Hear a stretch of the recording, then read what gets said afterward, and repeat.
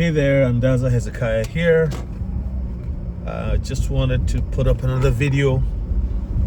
In 400 meters, turn left onto Gateway Road. Out for you guys. Thank you to those who have just subscribed to my channel. God bless you.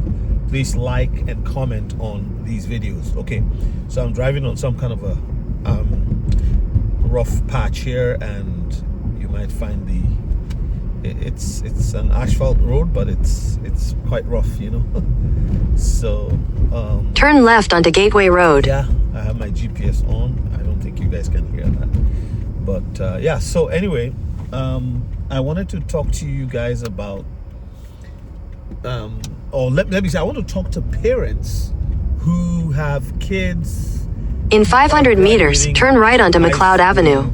In the next year or two, and they have plans to go to college.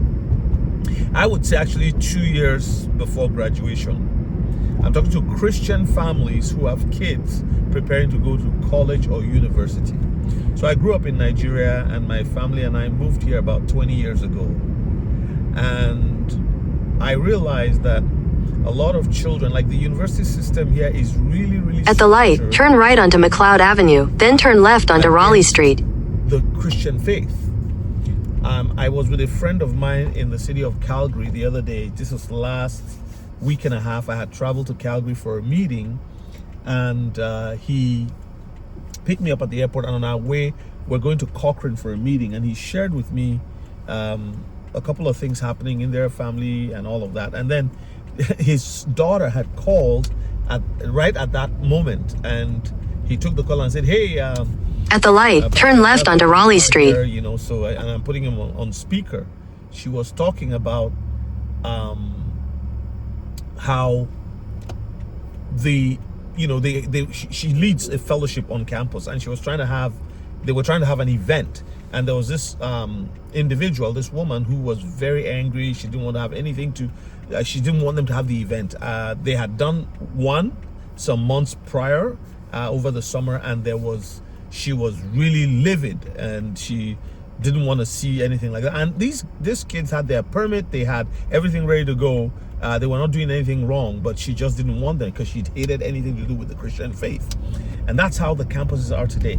Continue on Raleigh Street for 1 kilometer. And encouraging her, she said, look, if this was a Muslim group, if it was a LGBTQ group, it was any other kind of group, it'll be fine. But when it came to a Christian group, she doesn't want to see anything like that. So that's what's happening in North America. And having moved from Nigeria to here, when I was in school, when my wife and I were in school in high institutions, we never had that problem. Campus fellowship was something that was strong, vibrant, and really going on, you know. So we have 3 children, you know, and my first is like 26 years of age, going on 27 next year, and I have a 23 going on 24, and an 18-year-old going 19 June of next year. So the 18-year-old is the youngest, who's just graduated this June past. But in 400 meters, turn right onto Dunrobin Avenue. That even though our children grew up in the church, they grew up in, grew up in church, being encouraged and all of that.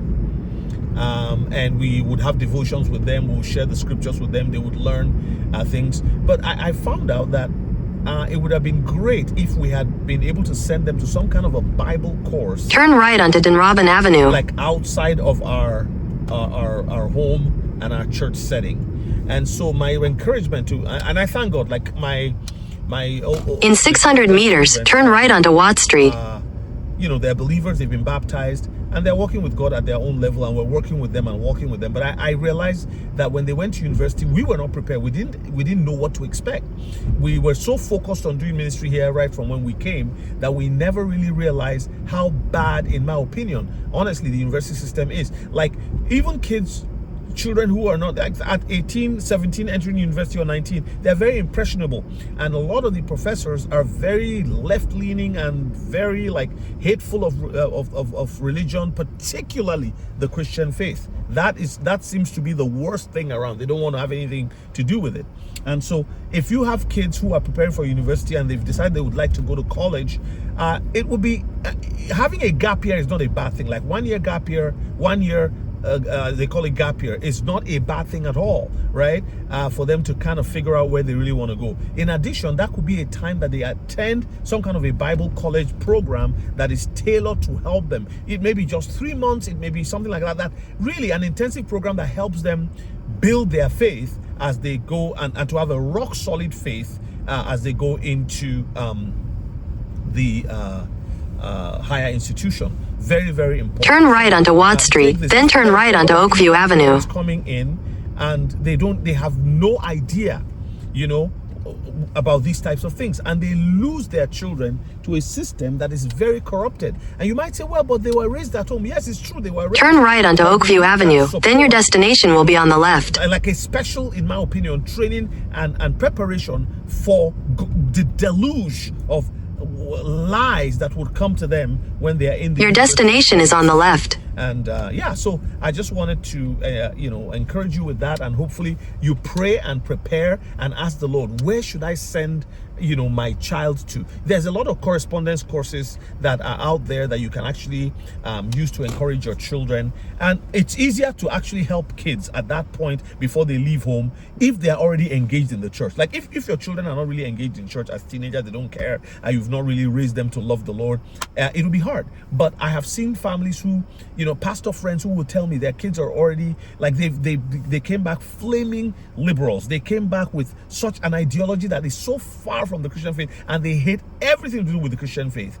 And really, really sad to see what's happening. But I thank God because he's faithful, and he's bringing even a lot of those kids. Some of them, when they get married and they have children, or they're in a relationship, they have children, they begin to rethink their position because they can see the miracle of God in that child. But we don't have to wait for them to leave and then now start praying for them to come back. If we prepare them just before they leave to university, you know, that would really help. And so maybe as I go on, I'd look for some resources that I can add and put here. Look, one thing that I know can help also is mission trips.